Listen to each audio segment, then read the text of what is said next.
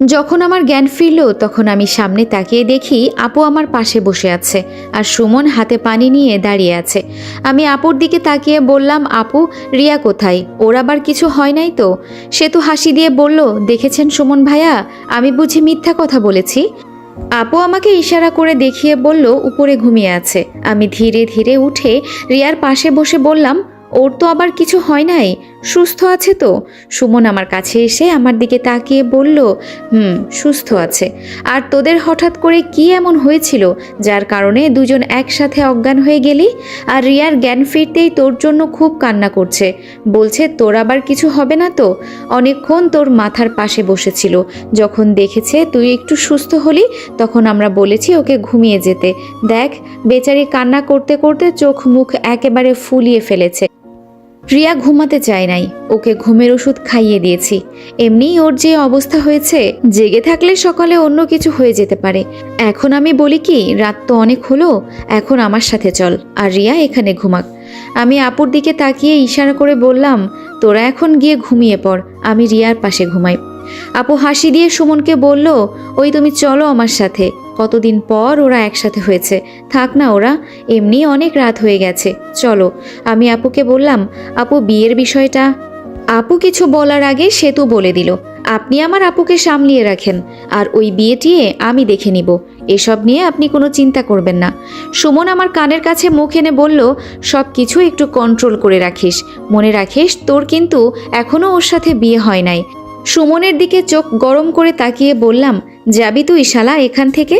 সুমন আর আপু চলে গেল। সেতু আমার সামনে দাঁড়িয়ে হঠাৎ কান্না করতে করতে বলল, জানেন দুলাভাই, আপু যখন আপনাকে জড়িয়ে ধরে কান্না করছে তখন আমি কতটা যে খুশি হয়েছিলাম বলার বাহিরে। এই একটাই বোন আমার, যাকে আমি অনেক অনেক বেশি ভালোবাসি। আপনি আজকে আপুকে মেনে না নিলে আপু সত্যি সত্যি নিজেকে নিজে শেষ করে ফেলতো। এখন থেকে আমি কি আপনাকে দুলাভাই বলে ডাকতে পারি? আমি হাসি দিয়ে বললাম, ডাকতে পারো, সমস্যা নেই। তবে রিয়াকে যে আমি মেনে নিয়েছি এই কথা আবার তোমাদের রাজ্যে বলবে না। আমরা সবাই মিলে একসাথে তোমাদের রাজ্যে গিয়ে সারপ্রাইজ দিব, ঠিক আছে? সেতু চোখের পানি মুছে বলল, ধন্যবাদ দুলাভাই, আর গুড নাইট। আপুর দিকে খেয়াল রাখবেন, ঠিক আছে? এই বলে সেতু চলে গেল। আমি উঠে দরজা লাগিয়ে রিয়ার পাশে শুয়ে রিয়াকে শক্ত করে জড়িয়ে ধরলাম। আপনাদেরকে কি বলে বুঝাই, ভালোবাসার মানুষকে জড়িয়ে ধরার মাঝে যেই একটা অনুভূতি আছে বলার বাহিরে, মারাত্মক লেভেলের ফিলিং জড়িয়ে ধরার মাঝে। রিয়ার দিকে তাকিয়ে থাকতে থাকতে কখন যে আমি ঘুমিয়ে গেলাম বলতে পারি না। সকালে ঘুম থেকে উঠে দেখি রিয়া আমাকে নাকে মুখে ইচ্ছা মতো চুমু দিচ্ছে আর বলছে, আমার ভালোবাসার মানুষকে আজকে আমি কাছ থেকে দেখতে পাচ্ছি। কতদিনের ইচ্ছা তোমাকে এভাবে কাছ থেকে দেখব, তোমার বুকে মাথা রেখে ঘুমাবো। রিয়াকে আমি টান দিয়ে আমার বুকের মাঝে এনে বললাম, হয়েছে তো পাগলি, এত চুমু দিতে হয়? আমি তো আছি না, চলে তো আর যাব না। রিয়া আমার দিকে তাকিয়ে বলল, এই তুমি চুপ করো, আমার সাথে কোনো কথা বলবে না। আমাকে কষ্ট দিয়ে কি তুমি সুখ পাও? আমাকে মেনেই যেহেতু নিবে, তাহলে কেন আমাকে এত কষ্ট দিলে? বলো, কেন আমার সাথে এমন করলে? দেখো রিয়া, যদি আবার কান্না করো না তাহলে কিন্তু তোমার খবর আছে। আর রাতে এভাবে অজ্ঞান হয়ে গেলে কেন? তোমাকে দেখে আমি নিজেও পরে জ্ঞান হারিয়ে ফেলেছি। যদি তোমার কিছু হয়ে যেত তাহলে তুমি তোমার গিফটটা খুব তাড়াতাড়ি পেয়ে যেতে। রিয়াকে ছেড়ে দিয়ে বললাম, তুমি খুব খারাপ। তুমি কি এটা জানো না আমি তোমাকে ছাড়া বাঁচতে পারবো না? কেন তুমি বুঝতে চাও না? মানছি আমার একটা ইগো ছিল তোমার উপরে, তাই বলে তুমি আমাকে আটকাবে না। রিয়া আবার আমার বুকের উপর মাথা দিয়ে বলল, আমি তোমার পা ছুঁয়ে পর্যন্ত মাফ চেয়েছি, মনে নাই? আচ্ছা, এসব পুরনো কথা বাদ দাও। এসব কথা বলে নিজেকে আর কষ্ট দিয়ে লাভ নেই। এখন বলো, রাতে কি হয়েছিল? আসলেই আমার কি হয়েছিল বলতে পারি না, তবে তোমাকে জড়িয়ে ধরে কান্না করতে করতে আমার এমন হয়েছে। হতে পারে খুশিতে আমার এমন হয়েছিল, আর রাতে আমি ঘুমাতে চাই নাই। ওই সেতু আমাকে দুধের সাথে কি মিশিয়ে দিয়েছে, পরে আর কিছু বলতে পারি না। হয়েছে, আর কিছু বলতে হবে না। দেখো তো কান্না করে নিজের কি অবস্থা করেছো। এভাবে কান্না না করলে তোমাকে বুঝিয়ে আমার করে পেতাম। রিয়া, আমি সরি, তোমাকে আমি কত কষ্টই না দিয়েছি। সরি, আমাকে মাফ করে দাও। আমি আমার খাঁটি ভালোবাসা হারাতে বসেছিলাম। এই আমি বলেছি আমার কাছে মাপ চাইতে। আমি রিয়ার ঠোঁটে চুমু দিয়ে বললাম, অনেক সাধনার পর তোমাকে আমি কাছে পেয়েছি, এত সহজে আমি তোমাকে ছেড়ে দিব? আর রিয়া, তুমি যে আমার সাথে এই রাতে ছিলে, আমাকে তোমার সন্দেহ হয় না? রিয়া আমার চোখের দিকে তাকিয়ে বলল, আমি মানে তুমি, আর তুমি মানে আমি। এই কথাটা অনেকেই বুঝে না। আমার যা কিছু আছে সব তো তোমার, আর তোমার সব কিছু আমার। আমি জানি তুমি আমার অনুমতি ছাড়া কিছুই করবে না, সেই সাহস তোমার নেই। আমি রিয়ার মুখের উপর থেকে চুল সরিয়ে বললাম, তুমি ঠিকই বলেছ, তবে মন চাই কিছু একটা করে ফেলি। সত্যি কথা বলছো তো? তাহলে কি আজকে আমাদের বাসর হবে? ধুর পাগলি মেয়ে, আমি তো মজা করেছি। আচ্ছা রিয়া, তোমাদের পরিদের চুল এত লম্বা কেন? কেন, তোমার কি আমার চুল পছন্দ হয় নাই? আমি রিয়াকে এবার শক্ত করে জড়িয়ে ধরে বললাম, আমার লম্বা চুল সবচেয়ে বেশি পছন্দ। আজকে মন চাইছে তোমাকে আমার করে নিতে। কতদিন পর আমার একটা আনন্দের দিন এলো। আজকে যদি আমার আম্মু আমার পাশে থাকতো, কতই না খুশি হতো। আমি আম্মুকে সারপ্রাইজ দিয়ে বলতাম, দেখো আম্মু, আজকে আমি তোমার জন্য পরি বউ নিয়ে এসেছি। আম্মু খুব খুশি হতো। রিয়া শোয়া থেকে উঠে আমার গেঞ্জির ভেতরে ওর শরীর ঢুকিয়ে বলল, মন খারাপ করো না, সব কিছু ঠিক হয়ে যাবে, আমি আছি তো। সোনা, আর কি করছো? আমার গেঞ্জির ভিতরে ঢুকলে কেন? আমার ভালো লাগছে। আচ্ছা, আমার শাড়িটা খুলে ফেলি তাহলে। রিয়ার মুখে হাত দিয়ে চেপে ধরে বললাম, যেটুকু পেয়েছো তা নিয়ে আনন্দে থাকো, এত বেশি আশা করো না, আর সব কিছু হবে, চিন্তা করো না। তুমি তো আমার একমাত্র সোনা বউ হবে। তবে তোমার শরীরে যেই একটা উষ্ণতা আছে না, যদি বিনা কাপড়ে। রিয়া, তুমি সকাল সকাল কি শুরু করলে বলো তো? এখন আমাকে ছাড়ো, ফ্রেশ হয়ে বাহির হই, নইলে আবার কে কি মনে করবে। আর একটা প্রশ্ন করব তোমাকে। বলেন গো। আমি শুনেছি পরিদের সাথে শারীরিক সম্পর্ক করলে নাকি ওদের শক্তি নষ্ট হয়ে যায়। যদি পরে তোমার শক্তি নষ্ট হয়ে যায়, তখন তো আমি আর আমার শ্বশুর বাড়িতে যেতে পারবো না। রিয়া আমার কপালে একটা চুমু দিয়ে বলল, আমার জন্য এত চিন্তা করতে হবে না। তুমি যা শুনেছ তা ঠিক, তবে আমাদের নিয়মকানুনে বিয়ে হলে কিছুই হবে না, কারণ আমি তো জানিয়েই বিয়ে করব তোমাকে। আমি তো ওই রাজ্যের রানী, আমার কিছুই হবে না। রিয়াকে ছাড়িয়ে আমি বিছানা থেকে উঠে পড়লাম, পরের চিন্তা পরে করব। আমি ওয়াশরুমে গেলাম, তুমি একটু অপেক্ষা করো। রিয়া লাফ দিয়ে ওয়াশরুমে ঢুকে দরজার কাছে দাঁড়িয়ে বলল, লেডিস ফার্স্ট, তুমি জানো না আমিও কি আসবো নাকি? দুজনে একসাথে। আসো আসো বেবি, আমি কি তোমাকে না করেছি নাকি? হয়েছে ম্যাডাম, এত কথা না বলে তাড়াতাড়ি করেন। রিয়া দরজা লাগিয়ে দিল। আমি বিছানার উপরে বসে থেকে মুচকি মুচকি হাসছি। আসলেই মানুষ ঠিকই বলে, ভালোবাসার মানুষ জীবনে এলে জীবনটা সুন্দর হয়ে যায় আর পরিবর্তন হয়ে যায়। আজকে আমি সত্যিই পরিপূর্ণ। আসলেই একটা বিষয় আমি তখন চিন্তা করে দেখি নাই, রিয়া ছাড়া আমার জীবনটা একদম অচল। হঠাৎ বাহির থেকে আওয়াজ করে কে জানি বলল, দুলাভাই, অনেক বেলা তো হলো, এখন রুম থেকে বের হন। এই তো সে তো কিছুক্ষণ পর বের হব। আচ্ছা, তাড়াতাড়ি আসবেন, আপু আপনাদের জন্য অপেক্ষা করছে নাস্তা নিয়ে। এইটুকু বলে সে তো চলে গেল। কিছুক্ষণ পর দেখি রিয়া গোসল করে ওয়াশরুম থেকে বের হলো। মনে মনে বললাম, আজকে বুঝি আমার মান সম্মান সবটা রিয়া শেষ করে ফেলবে। রিয়ার দিকে তাকিয়ে বললাম, সকাল সকাল গোসল করলে কেন? তাছাড়া আমাদের মাঝে তো তেমন কোনো কিছুই হয় নাই।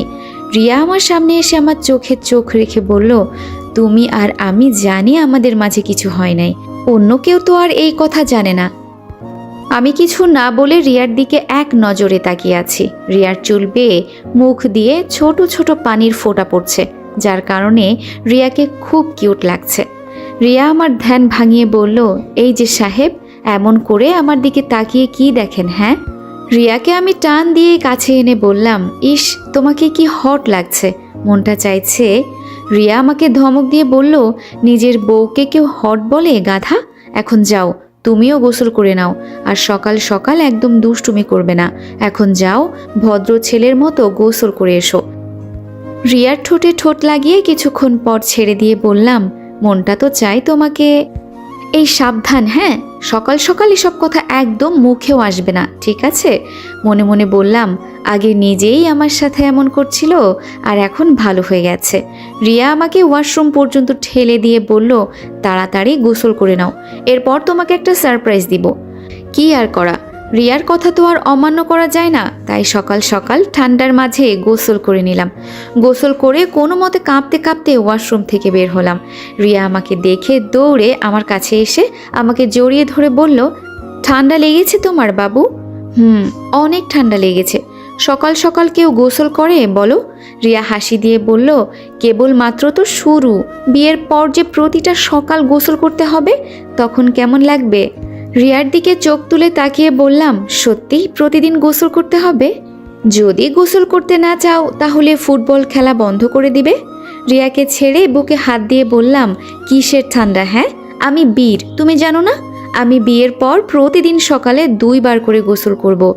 আহা, আমার কত দিনের ইচ্ছা, অনেক ফুটবল খেলবো। আহা, ইচ্ছা রে ও ইচ্ছা। রিয়া হাসতে হাসতে বলল, এখন কাছে এসো, আমি রেডি করে দেই। রিয়ার কাছে যেতেই ও আমাকে সব কিছু পরিয়ে রেডি করে দিতে লাগলো। মাঝে মাঝে আমি রিয়ার ঠোঁটে চুমু দেই, আবার জড়িয়ে ধরি। ইস, আমি কি বোকা! হ্যাঁ, আরও আগে যদি রিয়াকে পেতাম তাহলে এই আদরগুলো আমার মিস করা লাগতো না। ওই পাগল, এত কি চিন্তা করো? হ্যাঁ, চিন্তা করছি যে একটা রাজ্যের রানী আর সে কিনা আমাকে সেবা করছে, এটা কি মানা যায়? রিয়া আমাকে শক্ত করে জড়িয়ে ধরে বলল, তুমি আমার একমাত্র স্বামী হবে। আমার সব কিছু তো তুমি আমাকে যেভাবে বলবে আমি সেভাবেই চলবো। আমার জন্য তুমি কখনো অপমানিত হবে না। বুঝেছি। ওই বাবু, শোনো না। বলেন গো মহারানী।